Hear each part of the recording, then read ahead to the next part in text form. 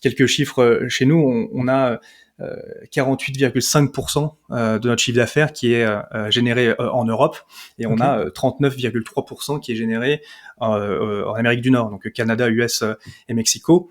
Que se faire passer pour des Américains, c'est bon, c'est pas très compliqué, mais c'est pas si simple non plus, surtout quand on est des Frenchies. Quand on a décidé de faire ça, on n'était que entre Français, et il a fallu s'internationaliser en fait. Et pour ça, pour pouvoir être capable de parler anglais, on a embauché une collègue, une teammate irlandaise qui s'appelle Alexandra d'ailleurs, que je salue.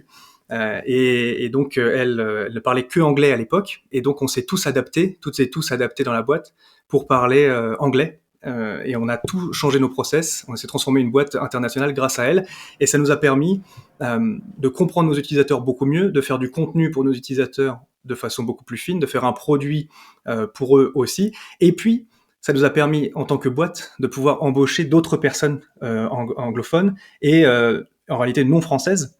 Et aujourd'hui, on se retrouve avec une boîte où on est 70, et on a des personnes qui viennent de partout en Europe, et aussi des UK, Irlande, Espagne, Portugal, Italie. Et donc ce melting pot culturel, ça nous permet de pouvoir toucher un marché mondial.